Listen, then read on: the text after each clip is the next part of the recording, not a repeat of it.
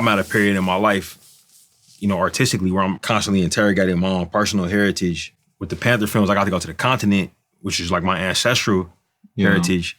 But I had skipped over the American South. Yeah. You know what I mean? I skipped over that place where I'm also from.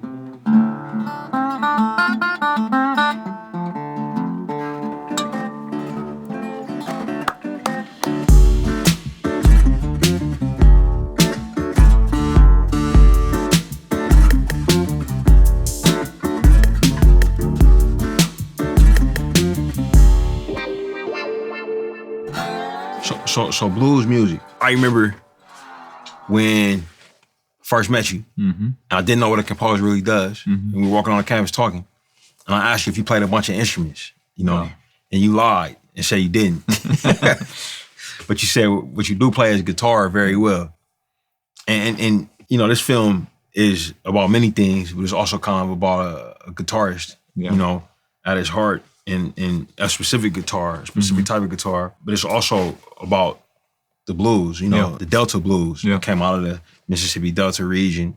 Film set in Clarksdale in 1932. And I don't know if we want to talk about, like, because we both realized that we kind of have a shared family history in terms of a love for that type of music. I remember when we first realized we were gonna make the movie, and I had to go on a scouting trip to kind of, you know, see Mississippi, to see the landscape, but I was gonna try to recreate.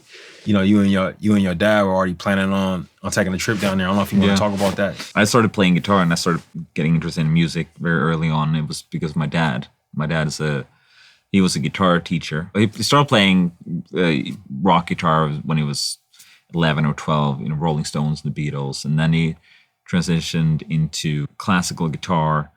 And then what he really got invested in and got interested in early on was blues. At that time, I think there was like late 50s. In Europe, my dad's Swedish, you know, Rolling Stones, they were pretty adamant to let everyone know who their inspiration was for their music. So they brought over all these American blues musicians that at the time in America was not recognized, because the audience in America wasn't what people play on the radio. So they got Howlin' Wolf over to the UK, Buddy Guy. They play these big TV shows, got a lot of traction in Europe.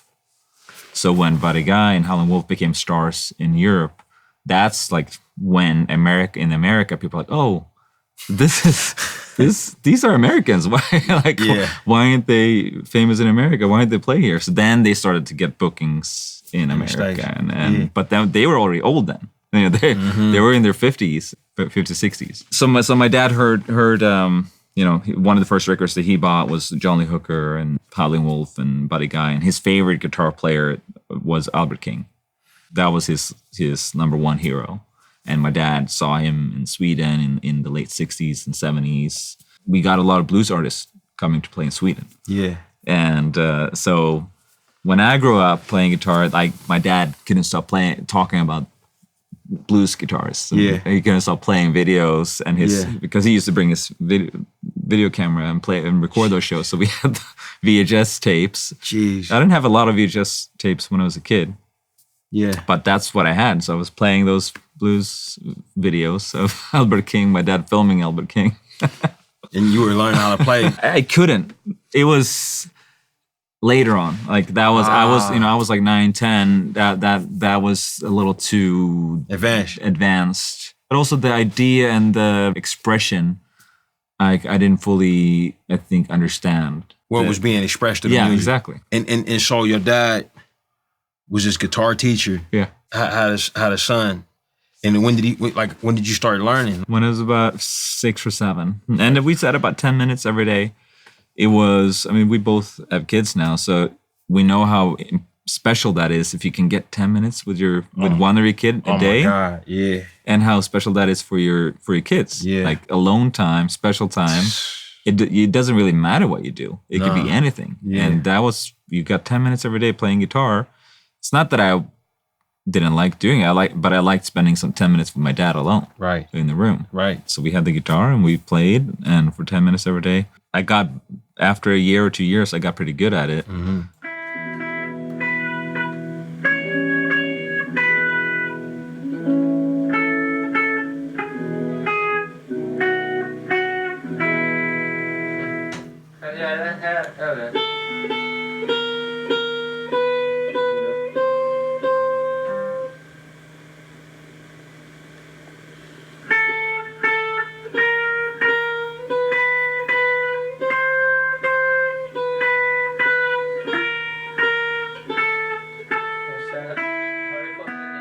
a big reason for me making this movie was for my uncle, my Uncle James. And it also, James Coogler? No, his name is James Edmondson. He married my grandmother's younger sister. My grandmother's husband, my maternal grandfather, I never met. He died the year before I was born.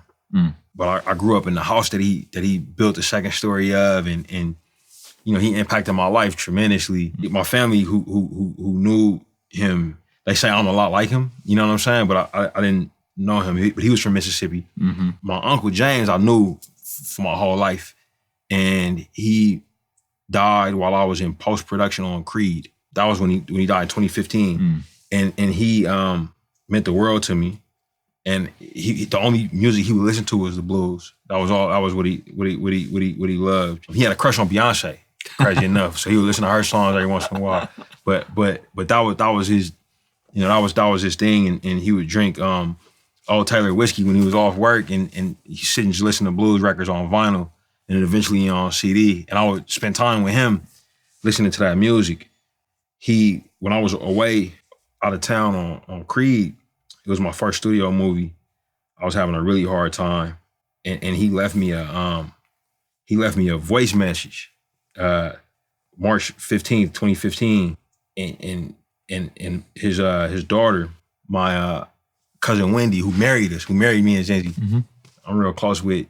She told him that I was having a hard time, and he left me this voicemail, bro, and I kept it, saved it to play whenever I feel like hearing his voice. This is what he said. Hey, Ryan. You gonna talk back to me? No. Yeah, but man, how you doing? Yeah, I'm wishing you would be all right there back there.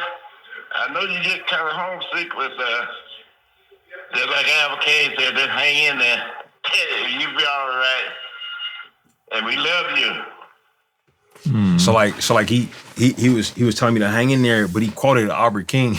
Yeah. He said, just like Albert King said, hang in there, you'll be all right. Blues was like his life. You know what I'm saying? That was how he communicated and how he felt things. And, you know, so for me, I came up listening to, you know, hip hop, you know, specifically, you know, 90s hip hop. I was, you know, and not understanding that the connection between, not understanding that's basically the same concept, you know, having a little bit of bandwidth to make something, you know, different from what I've been doing, you know, the past few years, franchise films, you know, that were still very personal to me.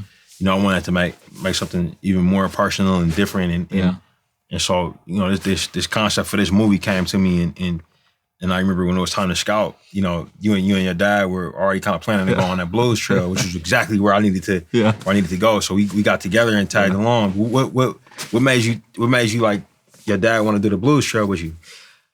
He had that as that's been the dream of his whole life. You know, to go visit those places where on the music that he loves the most, right? I've been thinking about that a lot, like the last 10 years since I moved to America, that it would be so cool to do a trip, my dad, a music trip. But I was like, I never had figured out how to do it and find the time to do it. This was the perfect opportunity. And because I had no idea where to start. You know, how do you, it's like a very, the pressure to do something like this with you on this movie of blues music, and like I had no idea really where to begin, and it's such a large subject. I mean, it's like it's the origin of the music that we know, all the music that we listen to the radio. My favorite artist, this is the origin. I think what I associated blues with was sadness, slow, dreary, you know, like in older things, like you know, so it wasn't something that I was keen to seek out, not understanding, you know, what it really was, you know, like in that it was music that was made by young people, and it was really like not safe, you know, and edgy, and dangerous. Dangerous. You know, it was all of the things like about what I listened to at that time that I loved. You know what I mean? Like I loved, when I was old enough to buy a CD, or at least like, beg my cousins to buy me a CD that my parents didn't want me to listen to. It was Bone Thugs and Harmony. It was Pac. It was Big, DMX. Yeah. You know what I mean? After those two had been murdered, everything that those guys talk about, the crossroads, life after death, seeing death around the corner, where my dog's at, or like everything that they talking about, that idea of being haunted by the supernatural, you know what I mean, and the devil on your shoulder, all of these kind of things, these ideas, the idea of the crossroads, and it's all like, like direct. It's all like directly what the blues was, and that was what my uncle was listening to. Yeah. You know what I'm saying? Like that's why he would sit and vibe to it, and that idea of, going to the source, was fascinating. And I'm at a period in my life, artistically, where I'm constantly interrogating my own personal heritage. And, I was able to do that with Fruitvale on the surface, because it's about where I was from. And with Creed, I was doing it a little bit with my father's relationship with the Rocky franchise, but then I had to go kind of learn about Philadelphia, which was this place I didn't really have no connection to outside of cinema. You know what I'm saying? With the Panther films, I got to go to the continent, which is like my ancestral heritage, but I had skipped over the American South. Yeah. You know what I mean? I skipped over that place where I'm also from, and less time removed. Yeah. You know what I mean? But it's some anxiety associated with that, right? You know what I mean? It's so close in a way. It's close, but also like my immediate ancestors fled. Yeah. You know what I mean? Yeah. Like they left to California for more opportunity, but also to run away from things. You know what I mean? From certain traumas and certain systems that they were trying to expand beyond. And the scar tissues associated with the place, but also a lot of history. You know what I mean? And so so for me it was amazing to go on that to go on that blues trail.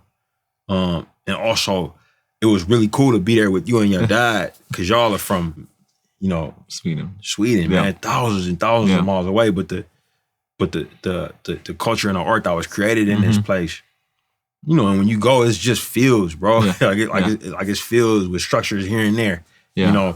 But the fact that these people who a very powerful government system was trying to keep them from having anything, were able to produce something that affected you guys' lives, you know what I'm saying, and put you on a path to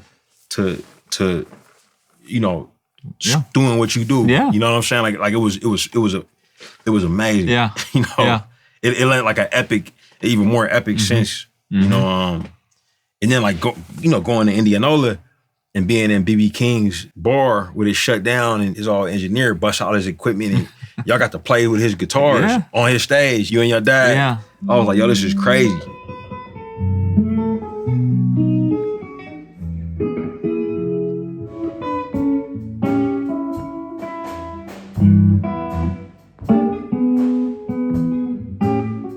It was insane. I couldn't believe it, bro. I got video footage of that. It's so far away from my dad and how he grew up on what he did, but like he felt so at home there. Oh yeah, no, 100%. Well, we all did. Like that was what was and it's interesting about the South too, because it gets this rap for being, people were so welcoming there. You know what I mean? It was like within a few seconds you feel like you knew everybody. They treat you like family. I remember hearing Bone Thugs Crossroads and like straight up saying, yo, this is the best song I ever heard in my life. When it came out and they shot the music video for it, I'm like, yo, this is the best music video I ever seen. Like nobody could tell me anything else. And then listening and then realizing like the significance of that concept of the Crossroads and going back and seeing like, what that meant and how many times that's been covered. How many times things have been lifted and put in other songs and it's really sad. Yeah, I mean, yeah, so like sad when you start understanding like history and how oppressed people were. But the connection to it being a road, but also a train track, and how much trains are talked about. You know what I'm saying? Like in this, like Smokestack Lightning is also about like a railroad crossing, and you get older, bruh, and you realize like, oh man, we've been doing the same thing, like you know what I'm saying? Yeah. Over and over again, and the past is not like as far back as you think it is. Yeah. As a Black person, it's really like frightening, but also like fortifying to understand these things, and yeah, bro. Like writing this movie, bro, I felt like so close to my uncle and my grandpa I never met, and my you know what I mean. Like the movie gave me an excuse to interview my grandma, who's in her 90s. Yeah, my father-in-law Zenzi. Yeah, my producer and wife, her dad, who's in his 90s. Yeah, and from Chicago via Mississippi. You know what I mean. Getting to talk to them about their childhood. You know what I mean, and it's pretty incredible, man. It was an incredible opportunity.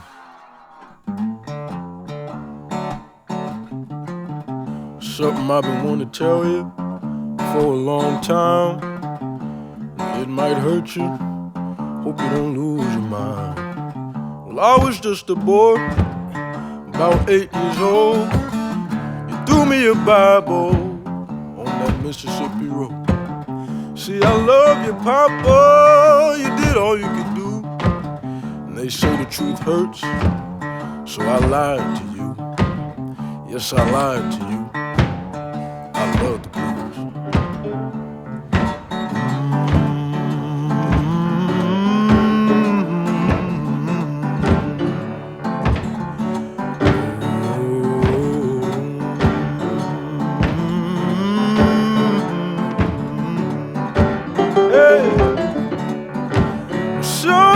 Take me in your arms tonight. Lied to you. So what's the song and how is it used in the film? Yeah. I'm the wrong person to ask, I guess. But what's the song and how is it used in the film? Right. So this is a song called I Lied to You. And one of my favorite, as a musician, the most standout part of reading the script was definitely that surreal montage where Sammie has this moment to perform his song, and everyone's just waiting for him, and it's so charged, and the energy and the juke joint is electric. Reading the script and reading about how he sees his ancestors, but he's also seeing the future, and all these music styles goes together in a musical montage, and it goes to IMAX, and it was such a vivid read, and I remember getting goosebumps. So how do we do this in real life? Like how do we do this? Yeah. The process of finding this song, the process of meshing it with style, music, different genres. It had a real journey. Yeah. And it was it's so fun to work on. It's so difficult and so challenging. And started out with finding the right person to write the song. Yeah. One of my favorite artists, songwriters, producers is Raphael Saadiq. Yep. Never worked with him before. The song came about us sitting down first. I remember I called you on FaceTime. You guys had a little conversation. Yep. And then it was just, we spent that night just working on this song, writing the song. We sat down and he started playing this. We started playing guitars together, guitars tuned in D, and he came up with this riff, and it was really fun to play. It's like a really fun guitar riff to play. And then he was like, "Hey man, I have this idea of a blues song. I've had it my whole life." Jesus. Jesus, bro. And it's been on my mind a lot lately. But I've this concept of I lied to you, and it was exactly what the movie was about. That's crazy. Yeah, talking about his dad and his dad's a preacher, and I lied to you. I love the blues, And another part of the song, which is please take me in your arms tonight, which is exactly what's happening in the movie too.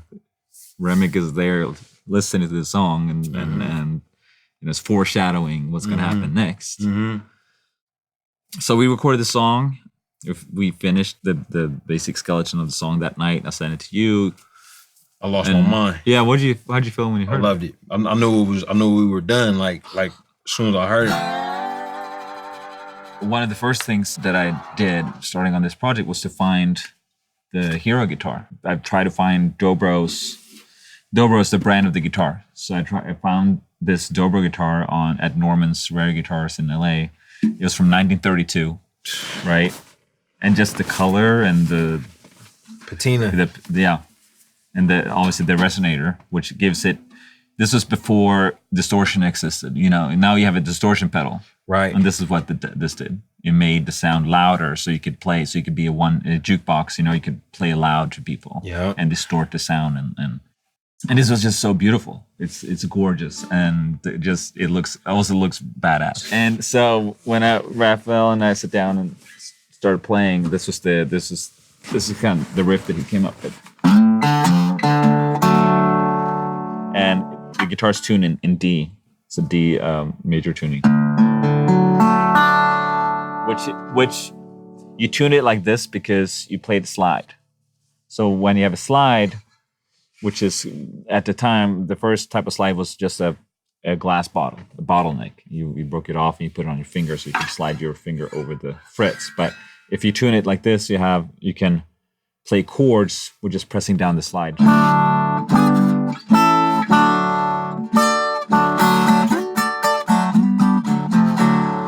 So that's why we started tuning the guitars like that, and then the riff was this.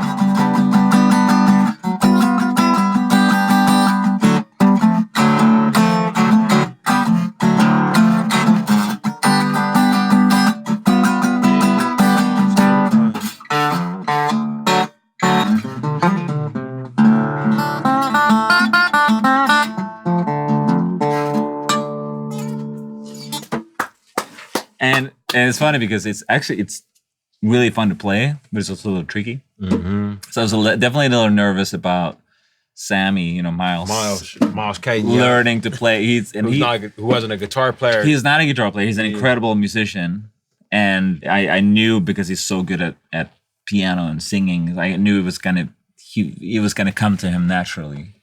But I didn't know because this is not something you can learn after like 2 months of learning how to play guitar. Yeah. But he was practicing. His fingers were hurting a lot. Yeah. They locked up on him. Yeah. On set one day. Yeah, because he was playing this for 5 hours. Yeah. Yeah.